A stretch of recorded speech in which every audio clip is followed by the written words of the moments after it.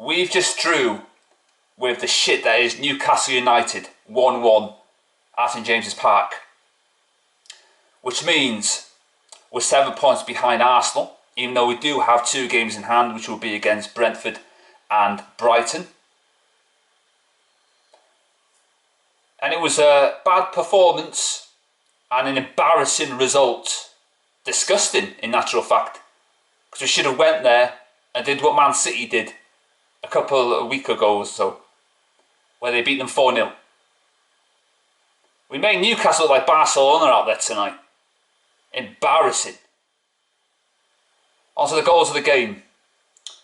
Varane made the mistake, and he was at fault for that, by the way. St Maxim picks up the ball, he jigs and jollies, and then he puts the ball into the top corner. Covered in quality, David De Gea, no chance whatsoever. It beat him all ends up. In the second half, we brought on Cavani. Has anybody seen Mason Greenwood? Because he didn't feature in that first half, did he? Did he go and get a cup of tea or something? Was he in the crowd? Was he taking a COVID test? Oh no, wait, he likes breaking COVID protocols, doesn't he? So he probably wouldn't take one, would he? Nah. Anyway. A Cavani, Dalot with the assist, Wamba Krapa could never. First, he doesn't hit into the back of the net. The second time he does. And you could hear the heart sinking of Don Goodman. He was absolutely gutted when we scored the equaliser. You could hear it in his voice. So watch it back and you'll know what I mean. And that performance, or lack of, was not good enough. It wasn't. De Gea saved us again. I don't want to see that ever again. But it keeps on happening. I want to move away from the disastrous period in Man United's history with Ole Gunnar Solskjaer as the manager. And yes, Ole Gunnars, I will keep mentioning your special friend Ole Gunnar Solskjaer because you all backed him. And this is the result of what happens when you back a manager when you should have made it clear, crystal clear, that he wasn't good enough for Man United. The final defeat to Liverpool was bad, really bad. But it shouldn't have got up to that point because he should have been sacked in the summer when we lost against Villarreal. But top Reds were championing him getting a new fucking contract. And you know who you are, by the way. And they want to brush it under the carpet when it won't work with me. I'll always remind you, Ole Gunnars. You've caused this. If you called out Ole from the very beginning, we would have had the Donny Conte right now. Instead, we had that dope of a fucking manager, Ole Gunnar Solskjaer, who had nothing to give. Did nothing for this Man United squad. And now we're finding out how bad this squad is. We need to do a hell of a lot better. If we don't pick up a trophy, heads need to roll. Significantly rolling. Bruno Fernandes once again, bitching, moaning, whinging, whining. Thank God he got a yellow card tonight. That means Donny van de Beek may get a chance, because Donny van de Beek is a number 10, by the way, and he is Bruno's replacement, so we're going to see that on Thursday. I'm fucking sick of the back teeth of Bruno Fernandes. He looks like a constipated squirrel. He reminds me of that Stevie who was on the X Factor, you know, back in 2014. He repulses me. He's not a Man United player at all. Fellaini's just gone and won his club in China their first league title for 10 years. Bruno's come and he's had great stats, but I said before, stats can fool you. It doesn't insinuate whether he's good or bad. I don't know what Bruno is. He's a disgrace to the shirt. We should never have brought him in the first place. I was gutted when we brought him in. We should have kept Fellaini. We got rid of the wrong players. And now we're stuck with the ones we've got. And that is unacceptable. Bruno's cost so many games. He cost us against Man City when he stopped to fail the cross that Cancelo was whipping in. And he's your fucking Portuguese teammate, by the way.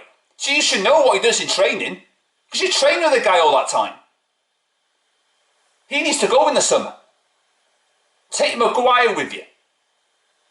He's no captain at all.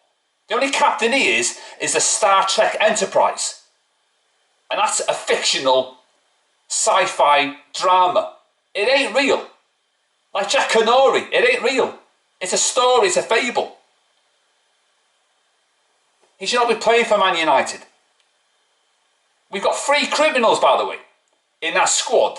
We've got Maguire, we've got Greenwood, because he broke the Iceland protocols, and we've got Wan-Bissaka.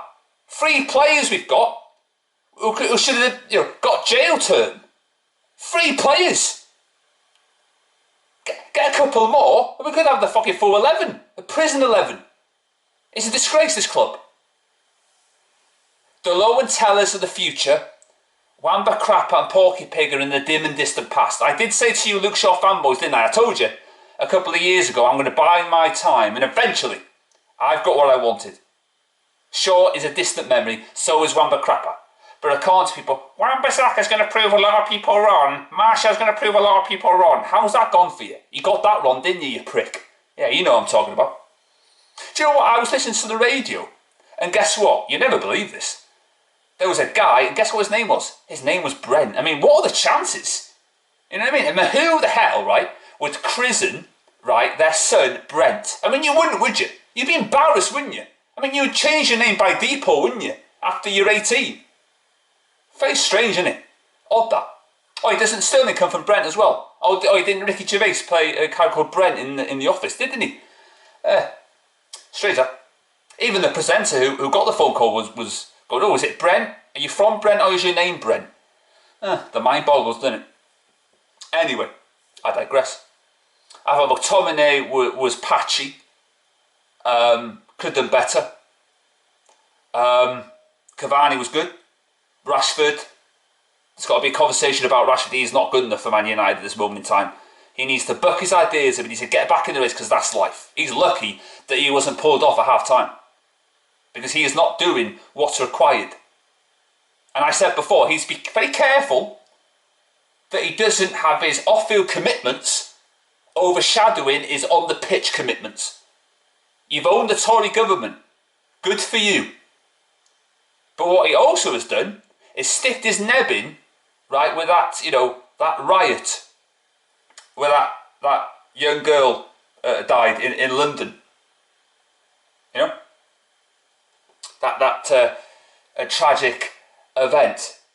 And isn't it odd, isn't it, how certain people, loads of people get missing every year, don't they?